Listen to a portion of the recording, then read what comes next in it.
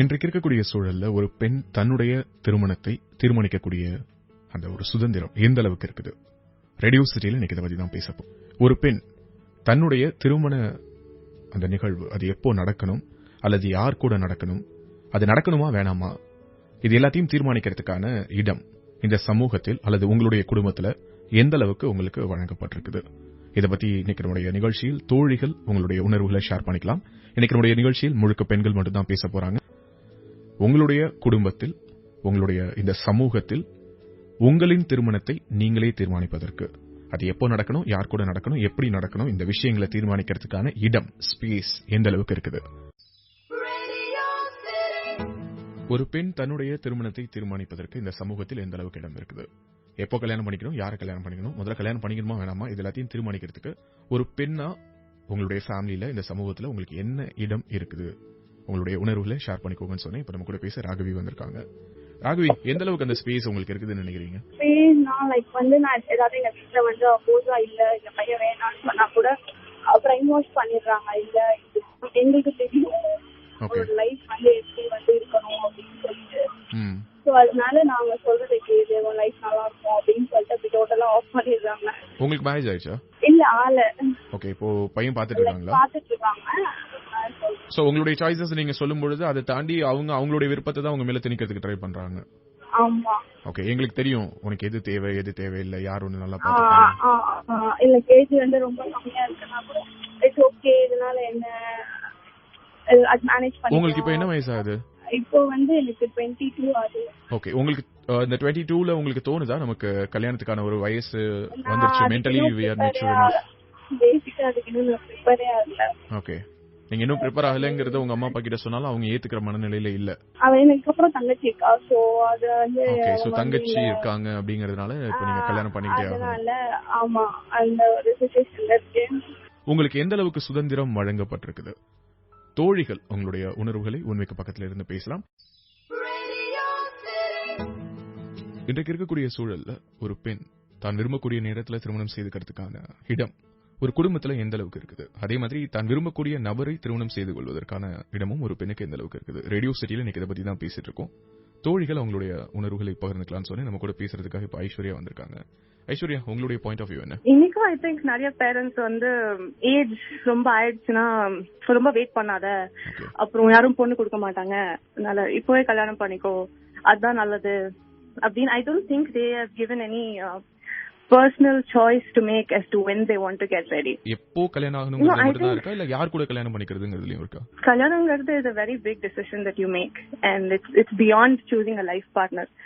அதனால as in when you're ready, when you know you can take that step, it's very important. ஏன்னா கல்யாணம் பண்ணிட்டு பிராக்டிக்கலா நிறைய இஷ்யூஸ் இருக்கும், இமோஷனல் அண்ட் சைக்கலாஜிக்கல் சேஞ்சஸ் நிறைய இருக்கும். அதை ஹேண்டில் பண்றதுக்கு உங்களுக்கு முடியும் அப்படின்னு உங்களுக்கு தெரிஞ்சா மட்டும் கல்யாணம் பண்ணிக்கணும் தான் என்னோட ஒப்பீனியன். ஆல்மோஸ்ட் இப்போ அந்த சேஞ்ச் கொஞ்சமாவது வந்திருக்குன்னு நினைக்கிறீங்களா, இல்ல still parents are very keen? ஒரு வயசு வந்துட்டு எனக்கு தெரிஞ்ச 2-3 ஃப்ரெண்ட்ஸ் வீட்ல அந்த ஓப்பன்னஸ் இருக்கு. சரி, உனக்கு எப்ப கல்யாணம் பண்ணிக்கணும்னு தோணுதோ அப்ப பண்ணிக்கோங்கிற மாதிரி. அது யாரும் அந்த டாபிக் எனக்கு தெரிஞ்ச வரைக்கும் எடுத்ததே கிடையாது. சோ அந்த விதத்துல I think lucky enough. But அது ரொம்ப ரேர் இன்ஸ்டன்சஸ் நினைக்கிறேன். அது கேட்டு தெரிஞ்சுட்டாதான் தெரியும். ஓப்பனா ஓகே இந்த மாதிரி சேஞ்ச் வந்திருக்கு அப்படின்னு எல்லாருனாலையும் உணர முடியுதான்னு எனக்கு தெரியல. பொதுவாக இந்த சமூகத்தில் ஒரு பெண் தனக்கு விருப்பமான வயதுல திருமணம் செய்துக்கிறதுக்கான இடம் எந்த அளவுக்கு இருக்குது? தான் விரும்பக்கூடிய நபரை திருமணம் செய்துக்கிறதுக்கான உரிமை எந்த அளவுக்கு இருக்குது? ஒரு பெண்ணாக உங்களுடைய பார்வை என்ன? ஒரு பெண் தன்னுடைய திருமணத்தை தீர்மானிக்கிறதுல இங்க என்னென்ன பிரச்சனை இருக்குது? முதல்ல யாரை கல்யாணம் பண்ணிக்கணும், எப்போ கல்யாணம் பண்ணிக்கணும், இது எல்லாத்தையும் தீர்மானிக்கிறதுக்கான இடம் அவங்களுக்கு எந்த அளவுக்கு வழங்கப்பட்டிருக்குது? அல்லது பெற்றோர்களுடைய கம்பல்ஷன் அடிப்படையில தான் இங்க பெண்கள் கல்யாணம் பண்ணிக்கிறாங்களா? ரேடியோ சிட்டியில இன்னைக்கு இதை பத்தி தான் பேசிட்டு இருக்கோம். நம்ம கூட பேசுறதுக்காக ஐஸ்வர்யா வந்திருக்காங்க. ஐஸ்வர்யா, உங்களுடைய ஒப்பீனியன் என்ன? சுத்தமா இல்ல, யாரை கல்யாணம் பண்ணிக்கணும், எப்ப கல்யாணம் பண்ணிக்கணும், எதுவுமே யாருமே கேட்க தயாராவே இல்ல. ஓகே, சோ அதற்கான ஸ்பேஸே பெண்களுக்கு சுத்தமா இல்லங்கறீங்க? சுத்தமா இல்ல. என்னோட லைஃப்ல இப்ப கரண்ட் சிச்சுவேஷன் அதுதான். என்ன நடந்துட்டு இருக்கு? சின்ன வயசுல இருந்து ரொம்ப செல்ல பொண்ணு. நான் சீன் கூட அதை சொன்னது கிடையாது. என்ன ரொம்ப செல்லம், எல்லாருமே செல்ல பொண்ணு, சேட்டை பண்ணுவேன், விளையாட்டுத்தனமா இருப்பேன். சோ இப்படியே வளர்ந்துட்டேன். இதுதான் லைஃப் அப்படின்னு சொல்லி வளர்ந்துட்டேன். திடீர்னு ஒரு பையன் வரான், நான் உங்க பொண்ணுக்கு நகை போடுறேன், நான் அவங்க பொண்ணுக்கு எல்லாம் பண்றேன், எல்லாம் பாத்துக்கிறேன் அப்படி சொல்றான். சோ எங்க வீட்டுல வந்து அக்செப்ட் பண்ணிக்கிறாங்க. ஓகே இவன் எல்லாம் பண்றான்றான் அப்படின்ட்டு. என்ன ஒரு பொண்ணு இத்தனை நாள குழந்தை மாதிரி பாத்துட்டேங்க, ஒரு பொருளை கன்சிடர் பண்ணிட்டாங்க. உங்களுக்கு ஏன் அந்த பையனை பிடிக்கல? ஏதாவது ரீசன் இருக்கா, பர்டிகுலரா, ஸ்பெசிபிக்கா? நான் இப்பதான் படிச்சுட்டு இருக்கேன், காலேஜ் செகண்ட் இயர். சோ திடீர்னு கல்யாணம்னதும், கல்யாணமா என்னடா ஏதோ பேசுறீங்க வீட்டுல, யாருக்குடா எனக்கா அப்படின்னு ஷாக்கிங். கண்ணுல தனியா கொட்டு, ஏன் கொட்டுது எது கொட்டுதுன்னு சொல்ல தெரியல. சோ உங்களுக்கு இப்போதைக்கு கொஞ்சம் டைம் தான் வேணும், மத்தபடி வேற எதுவும் கிடையாது. வேணும். நான் எங்க அம்மா கிட்ட அதுதான் கேட்டேன், அம்மா கொஞ்சம் டைம் கொடுங்கம்மா, நான் ஒரு கொஞ்சம் படிக்கிறேன், கொஞ்சம் வேலைக்கு போறேன், அப்புறமா நீங்க யார சொன்னாலும் கல்யாணம் பண்ணிக்கலாம், கொஞ்சம் டைம் கொடுங்க அப்படின்னு சொன்னேன். ஆஹா, நான் ஒரு 2 months, ஒரு வாரம் கழிச்சு சித்தப்பா வராரு, மாமா வராங்க, ஒரே சண்டை வீட்டுல. இதுவரையும் அழுததே இல்லைண்ணா, ரொம்ப கஷ்டப்பட்டுட்டாங்க. இப்ப நான் எங்க வீட்லயே இல்ல. இப்ப எங்க இருக்கீங்க? அவங்க எங்க சித்தப்பா வீட்டுல ஸ்டே பண்ணிருக்கேன். சோ வந்துட்டேன். இவ்வளவு அடம் பிடிச்சும் இன்னமும் அவங்க வந்து உங்களை கன்வின்ஸ் பண்றதுக்கு தான் ட்ரை பண்றாங்களே தவிர நீங்க சொல்றது அவங்க வந்து புரிஞ்சுக்கிறதுக்கோ அல்லது ஏத்துக்கிறதுக்கோ தயாரா இல்ல. எதுவுமே இல்ல. சோ நான் எங்க சித்தப்பா வீட்டுக்கு வந்துட்டேன். நீங்க ரொம்ப டார்ச்சர் பண்றீங்க, இதுக்கப்புறம் என்னால அழ முடியாது, கடுப்பேத்தாதீங்கன்னு சொல்லிட்டு வந்துட்டேன். எனக்கு என்ன பிரச்சனைனா, நான் ஒருவேளை எங்க வீட்டுல ஒரு நம்பிக்கை கொடுக்கலையோ, நான் வந்து யாரையும் லவ் பண்ண மாட்டேன், அவங்க நீங்க சொல்ற பையன் கல்யாணம் பண்ணிக்க மாட்டேன்னு எது நம்பிக்கை கொடுக்கலையோ எனக்குள்ள ஒரு கொஸ்டின். அப்படிலாம் இல்ல. சி, ரொம்ப ஓப்பனா பேசுறீங்க, இயல்பா பேசுறீங்க. கண்டிப்பா அம்மா அப்பா அதை புரிஞ்சுப்பாங்க. நீங்க சொன்ன அதே ஒரு விஷயம் தான். 19 வயசு 20 வயசு வரைக்கும் அம்மா அப்பா சொல்றதை கேட்டு நீங்க எல்லாம் செய்திருப்பீங்க, நீங்க சொல்றதை கேட்டு அவங்க எல்லாம் செய்திருப்பாங்க. திடீர்னு ஒரு நாள் பொண்ணு எதிர்த்து பேசும்போது அம்மா அப்பாவுக்கு கண்ணுக்கு முன்னாடி எல்லாமே பிளாங்க் ஆயிடும். என்னடா அது நம்ம பொண்ணா இது அப்படிங்கிற ஒரு சந்தேகமே வந்துடும். சோ அந்த சந்தேகம் சில நேரங்கள்ல இந்த மாதிரி எல்லாம் ரியாக்ட் பண்ண வைக்கும். கண்டிப்பா அம்மா அப்பா உங்களோட ஸ்டாண்ட புரிஞ்சுப்பாங்க, நம்புங்க. இன்னைக்கு நம்முடைய நிகழ்ச்சியில் ஒரு பெண்ணாக உங்களுடைய திருமணத்தை எப்போ நடக்கணும், யார் கூட நடக்கணும் அப்படின்னு சொல்லி தீர்மானிக்கிறதுக்கான உரிமை, அந்த ஸ்பேஸ் எந்த அளவுக்கு இருக்குது, இதை பற்றி உங்களுடைய கருத்து என்னன்னு சொல்லி கேட்டிருக்கேன். ஸ்வரூபா வந்திருக்காங்க நம்ம கூட பேச. ஸ்வரூபா, என்ன நினைக்கிறீங்க? ஏஜ் எல்லா பொண்ணுங்களுக்கும் பொதுவா பாக்குறதுதான். அடுத்தடுத்து குழந்தைங்க இருக்கிறாங்க அப்படின்ற பட்சத்துல வந்து ஏஜ் சீக்கிரமா முடிக்கணும் அப்படின்றது பேரண்ட்ஸோட எப்பயுமே எதிர்பார்ப்பா இருக்கும். உங்களுடைய திருமணத்திலிருந்து கடந்து இன்னைக்கு ஒரு அம்மாவா நீங்க என்ன நினைக்கிறீங்க? அது சரிதானா? பேரண்ட்ஸ் அந்த மாதிரி நினைக்கிறது கரெக்ட்? அடுத்த குழந்தைங்க இருக்கும்போது இந்த குழந்தைக்கு ரொம்ப வருஷமா ஆகலன்னா அடுத்தடுத்த குழந்தைங்களுக்கு அது பாதிக்குமே அப்படிங்கிறது பொதுவா பேரண்ட்ஸோட எதிர்பார்ப்பா இருக்கும். பட் இருந்தாலும் என்ன பண்றது, நம்ம குழந்தைக்கு எந்த நேரத்துல ஆகணும்னு இருக்குதோ அந்த நேரத்துல கண்டிப்பா ஆகும் அப்படின்றத அவங்களே புரிஞ்சுக்கணும். இதெல்லாம் ஒரு பெரிய விஷயம் இல்ல, இந்த காலத்துல இது ஒரு பெரிய விஷயம் இல்ல. 26, 27, 28 மாறி இருக்குதா சினாரியோ? இப்ப உங்களுடைய திருமணத்துல இருந்து இத்தனை வருடங்கள்ல ஏதாவது ஒரு மாற்றம் இந்த சொசைட்டில வந்திருக்கு நீங்க நம்புறீங்களா? இல்ல, மாறி இருக்குது, கண்டிப்பா மாறி இருக்குது. எந்த அளவுக்கு மாறி இருக்கு? எந்த அளவுக்கு மாறி இருக்குதுன்னா, அந்த குழந்தைக்கு பிடிக்கல அப்படின்னு சொன்னாங்கன்னா கொஞ்சம் வெயிட் பண்ணலாம்னா வெயிட் பண்றாங்க. அது ஏஜ் வந்து பெருசா எடுத்துக்கிறது இல்ல, பாத்துக்கிறாங்க.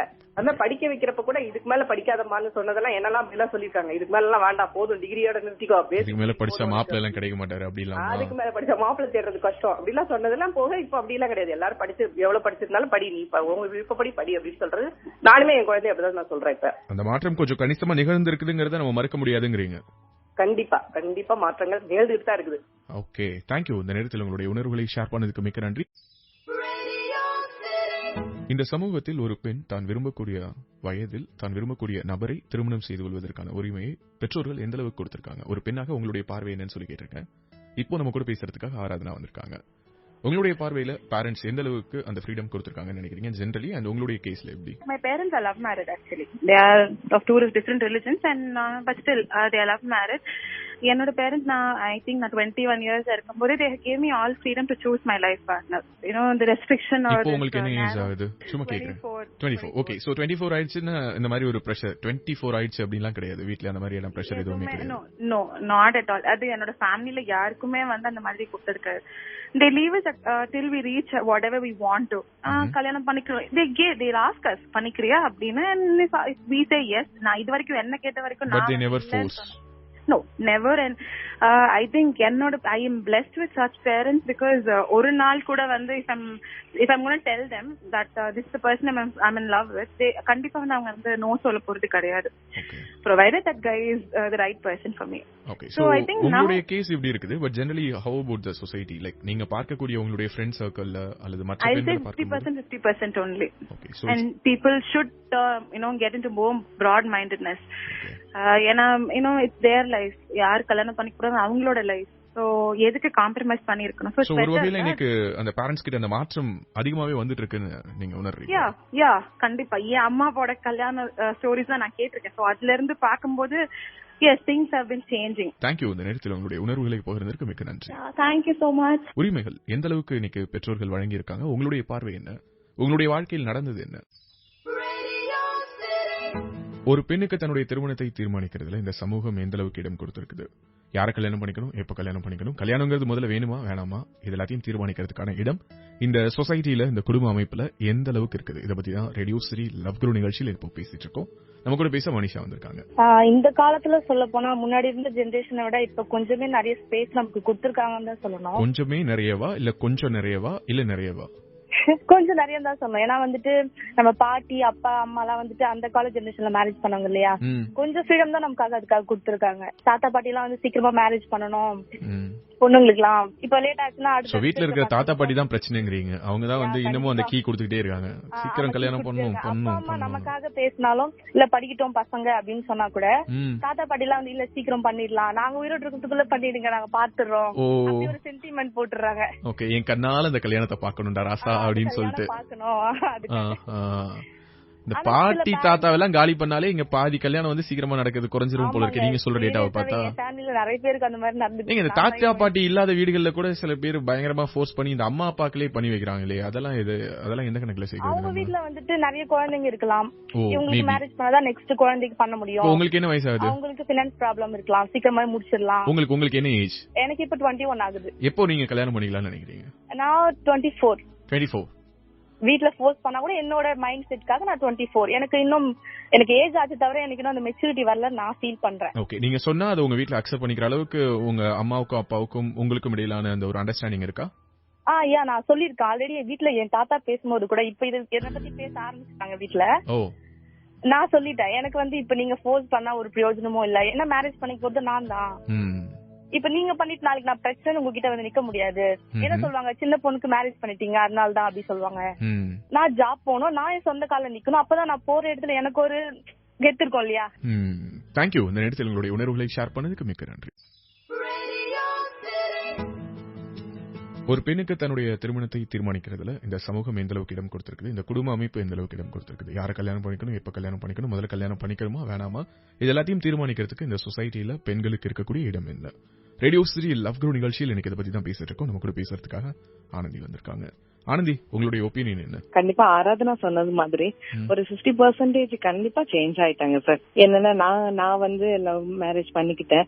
அந்த ஸ்டேஜ்ல இருக்கிறதுக்கும் இப்ப வந்து ஒரு பொண்ணு லவ் பண்றேன், இந்த பையனை லவ் பண்றேன் அப்படின்னு சொல்லி பேரண்ட்ஸ் சொல்லும் போது ஓரளவுக்கு சிட்டிக்குள்ள வந்து நல்லா பண்ணிக்கிறாங்க, புரிஞ்சுக்கிறாங்க, பாப்போம் செய்வோம், அட்லீஸ்ட் கன்சிடர் பண்ணி கேக்குறாங்க, ஒரு வார்த்தை பேசுறாங்க. ஆமா, பட் ஆனா நிறைய பேரண்ட்ஸ் என்னன்னா அக்கம் பக்கம் சொந்தக்காரவங்க இந்த ஒரு சரௌண்டிங்லயே யோசிச்சு பிள்ளைங்களோட அந்த ஒரு விருப்பத்தை வந்து அப்படியே அடக்கி வைக்கிறாங்கிற மாதிரி எனக்கு தோணும். இப்போ உங்களுக்கு திருமணமாக எத்தனை வருடங்கள் ஆகுது? 20 years ஆயிடுச்சு. ஓகே, 20 வருடத்துக்கு முன்னதாக இருந்ததை விட இன்னைக்கு சூழல் மாறி இருக்குதுங்கறத நீங்க கண்கூடா உணர்றீங்க இல்லையா? கண்டிப்பா கண்டிப்பா. என்னோட பொண்ணுகிட்டயும் நான் அத மாதிரி தான் சொல்லிருக்கிறேன். எதுனாலும் நம்ம முன்னாடியே பேசுவோம், என்கிட்ட சொல்லு, நம்ம அது மாதிரி செய்வோம், அக்கம் பக்கமா அதெல்லாம் ஒண்ணும் கிடையாது, பையன் நல்ல பையனா இருந்தா பாப்போம். சோ இந்த சமூகத்துல மற்றவர்கள் என்ன சொல்லுவாங்கங்கிற ஒரு பயத்துலதான் பல பெற்றோர்கள் காதல் திருமணத்தை இன்னமும் வந்து சொந்தக்காரங்க என்ன சொல்லுவாங்களோ, பக்கத்துல என்ன பேசுவாங்களோங்கிற பயம் தான் இன்னமும் அதை ஒத்துக்க வைக்காம இருக்கு. நம்ம ஒரு இன்னொரு இதுல இருந்து நம்ம இன்னொரு கேஸ்ட்ல இருந்து அங்க போய் பண்ற போறோமா, இல்ல அக்கம் இந்த பொண்ணு லவ் பண்ணி கல்யாணம் பண்ணுதுன்னு பேசுவாங்களா, இதை யோசிச்சுக்கிட்டே பிள்ளைங்களோட ஒரு ஒரு இதுல போய் தள்ளி விடுற மாதிரியான சூழ்நிலையில பெற்றோர்கள் வந்து இருக்க வேண்டிய அவசியமா இருக்குது. இன்னும் அது கிராம சைடுலாம் ரொம்ப கட்டான சூழ்நிலையா தான் இருக்கிறது மாதிரி எனக்கு தோணும்.